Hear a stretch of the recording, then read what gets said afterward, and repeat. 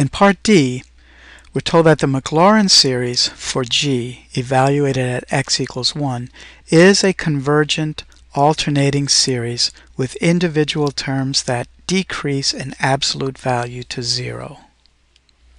And what is given in that statement there is that this alternating series passes the alternating series test.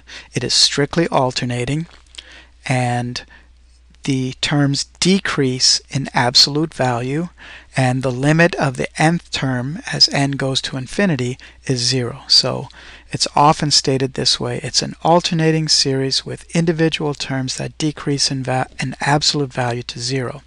And so therefore it converges.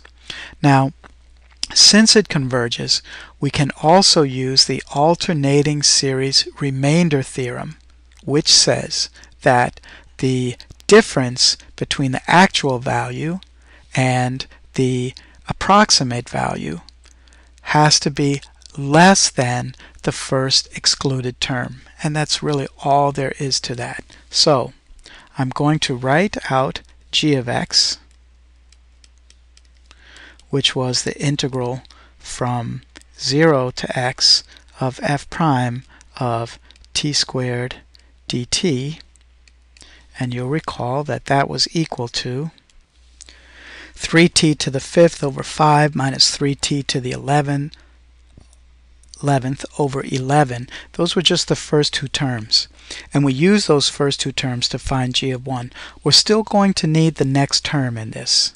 And so that next term would have been, looking back, 3t to the 17th over 17. And of course, it goes on. We're only going to we use the first two terms of that to show that g of 1 was roughly equal to 18/55. And we know that the difference between the actual g of 1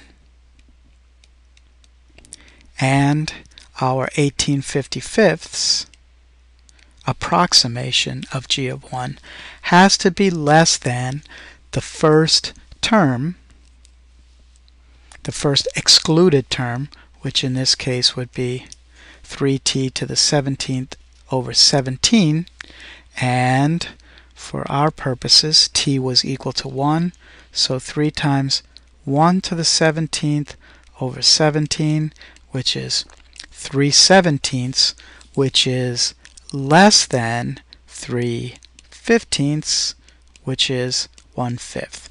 So we wanted to show that our approximation differed from the actual value of g of 1 by less than 1/5, and we did do that. The key to this was knowing that this was a convergent alternating series with individual terms that decrease in value to absolute value to 0. Therefore, we can use the alternating series remainder theorem, which says that the difference between the actual and the estimate is less than the first excluded term and has the same sign as the first excluded term. So in this case would have been 3 times 1 to the 17th power over 17, which is less than 3/15, which is equal to 1/5, and we're done.